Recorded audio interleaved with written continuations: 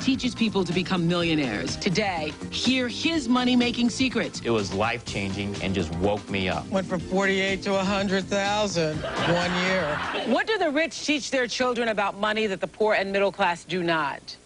Robert Kiyosaki teaches people to be millionaires. He teaches people to be millionaires. That's how he earned the nickname the millionaire school teacher. And he says that the rich have a very different way of thinking about money that anybody can learn. His book, Rich Dad, Poor Dad, has been on the New York Times business bestseller list for 8 months, and his unique advice may change the way you look at your money. This is a really important show. If you like money, if you need money, if you'd like to have some money, this is a show for you. Take a look. I've been rich and I've been poor, and I like rich much better. I found out that the secret to success is not hard work or luck. I found a new way of thinking that works for me. Do you remember these here? These are nylon and Velcro surfer wallets. When I was 26, I began marketing these products worldwide, and that's how I became a millionaire before I was 30. Besides building businesses, I also invest in stocks as well as real estate. I was able to retire at the age of 47. Today, I teach other people how to build businesses or to be investors. I must say I owe much of my financial success to a man I call my rich dad, who was my childhood best friend's father. He made me realize that there's a very big difference between what the rich teach their kids about money, that the poor don't teach their kids about money. My real dad, or my biological father, was the head of education for the state of Hawaii. I call him my poor dad simply because he was a high-paid government official. He made a lot of money, yet at the end of every month he was broke. My rich dad, on the other hand, was my best friend's father, and he ultimately became one of the wealthiest men in the state of Hawaii. And by the way, my rich dad was a high school dropout. One dad had a habit of saying, "I can't afford it." My rich dad, on the other hand, forbade his son and I from ever saying, "I can't afford it." My poor dad always said, "Our house is an asset, and it's our largest investment." My rich dad said, "Your house is not an asset, it's a liability, and if it's your largest investment, you're in financial trouble." My poor dad believed in job security. He said, look for a company that had excellent pay, good benefits such as medical, vacation, and other types of perks. My rich dad said that entitlement mentality kept people financially weak and financially needy. My poor dad always said, find a safe, secure job and work your way up the corporate ladder. My rich dad said, why not just own the ladder? I decided to listen and learn from my rich dad, and the rest is history.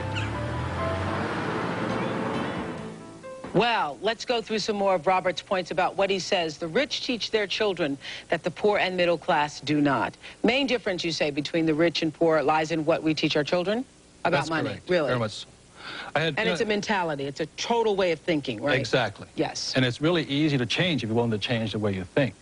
For instance, my poor dad was a very good man. For Japanese, he was 6'4", very smart, academic genius. But he always said to me, you know, go to school, get good grades, get a job, and work hard. Save money. And my rich dad said, well, if you want to be rich, that's not the way you do it. And instead of working for money, my rich dad taught me how to have money work hard for me. And that's why I've only had a job 4 years of my entire life. Other than that, I'm building companies or I'm investing, and that's all I'm doing. Well, the subject of money is taught at home, not in school, you say, because most of us learn about money from our parents, and it's only good if you have a rich dad mentality. My message to people is, you know, why struggle for money when you don't have to? You know, it's that really simple if you have good advice. The problem is money is not taught in school.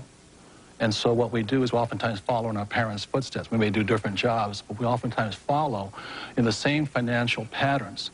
And my rich dad used to say, you know, he says, you can't end poverty by giving somebody money. Giving a poor person money keeps them poor longer. Yeah. And that's what breaks my heart, because I want to help people change the way they think about money. That's all it is. Yeah. And I think one of the most important things is that I noticed between my rich dad and my poor dad was the vocabulary. My poor dad was a PhD in education, very smart man, but he had the vocabulary of a school teacher. And my rich dad had the vocabulary of a rich man. And so when I say to people, what's the first What do you mean by vocabulary? Well, I know what the word means, but right. what kind of vocabulary? Well, I used to sit around the dinner table and listen to both dads, and one would talk about algebra and geometry and trigonometry. Nothing that ever made me any money. And my rich dad would sit there and he'd talk about return on investment, assets, liabilities, discounted cash flows, etc. And a lot of people, you know, what you just said about your house is a liability, it's not an asset. Most people think it is their biggest investment. Yes, and that's one of the biggest middle-class traps. They say, my banker says my house is an asset. And my rich dad would say, if you can read a financial statement, you'll see, you can read that your house is actually a liability. I'm not saying don't buy a house, and I like big houses, and I like the finer things of life. Just don't call a liability an asset. And what's trapping the middle class is they're buying liabilities they think are assets. I like what you say in the book, but this is interesting too, because I've always been a person who lived beneath my means. Now it's kind of hard to see, it doesn't matter.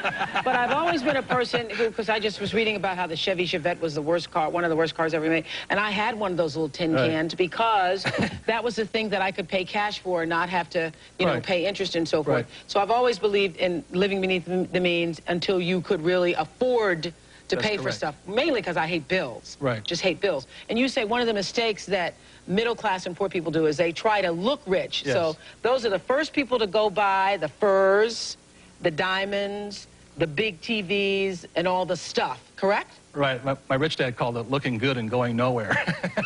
Love that. Yeah. My grandmother used to call it not a pot to piss in, but anyway, that's another thing.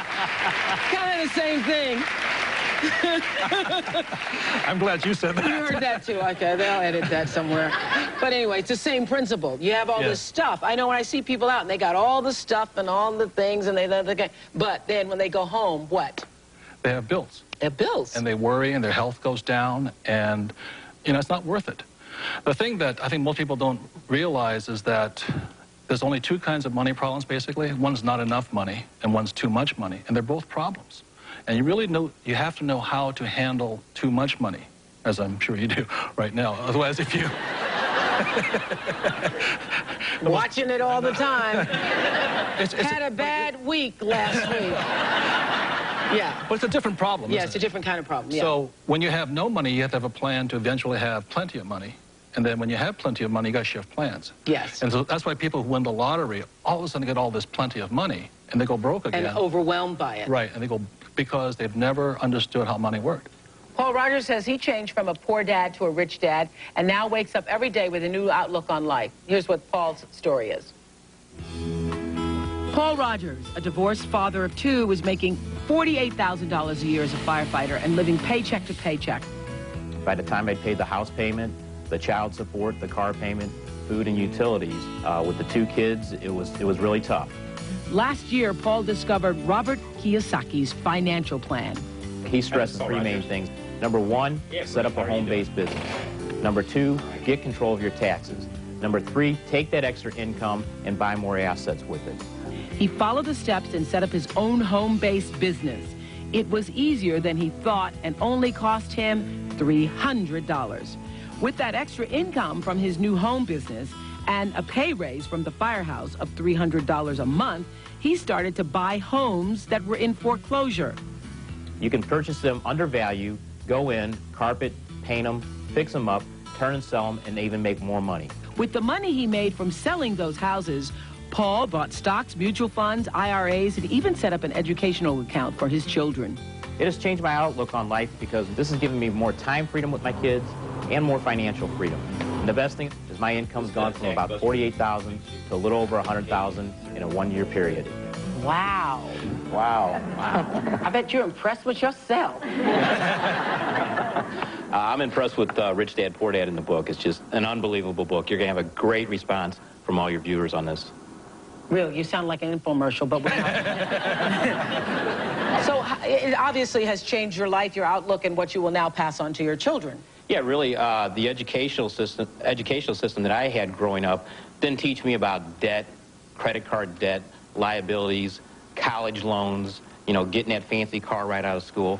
But what Britt and Chelsea are learning now is that, hey, you know, make your money work for you, don't work for money.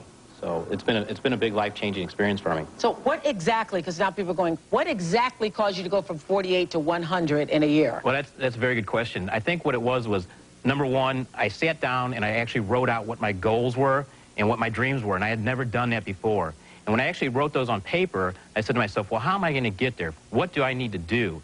And that's what probably a lot of the viewers are going to say, yeah, this all sounds good, but tell me the answer.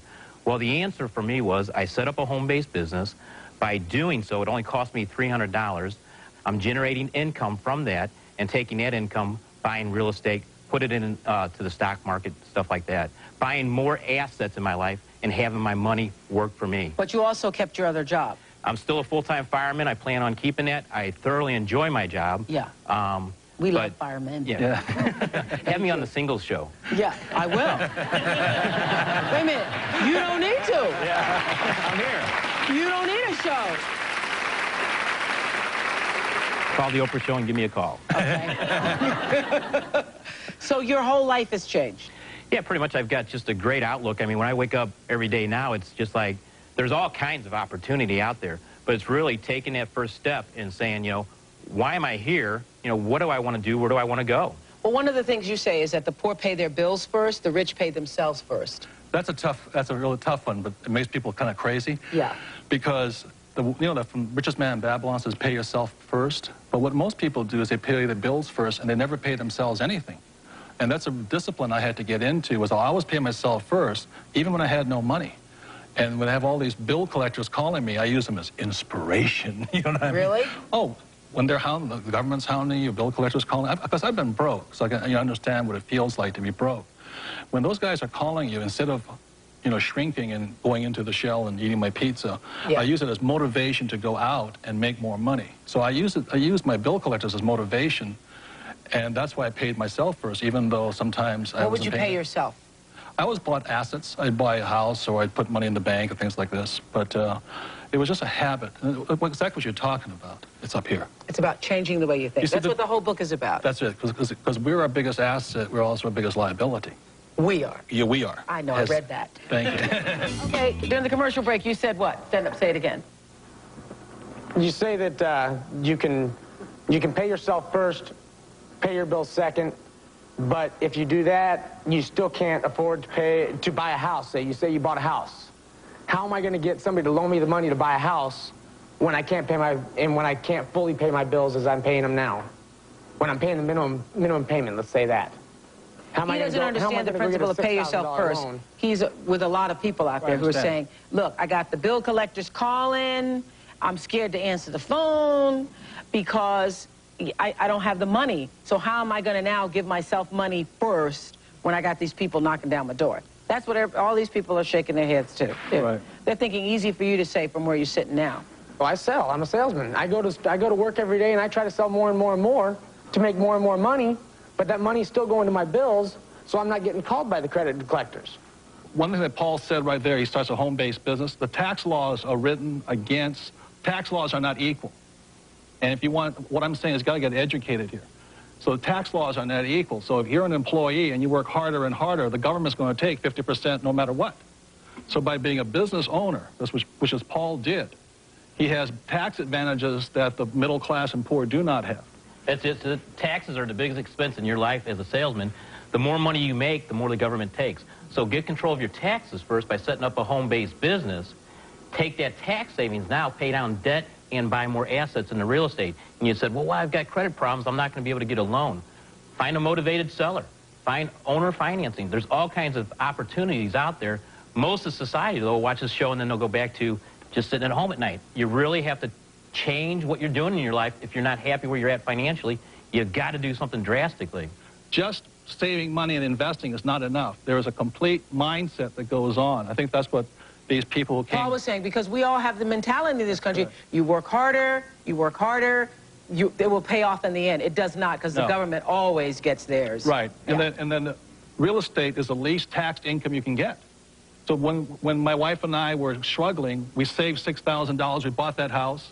Thing went from $46,000 to $105,000. We had $50,000. But I think when people think of real estate, they think about the house that they would want to live in. So you start out buying something that you wouldn't necessarily want, and you use that to build more income. And that's what she did. She bought 7. Build more income. That's my idea. I want to buy a 3-flat, live in the basement, rent off the top two apartments, and have them pay my mortgage for me. Good. But I still need to come up with the original capital to buy the place. That starts with paying yourself first.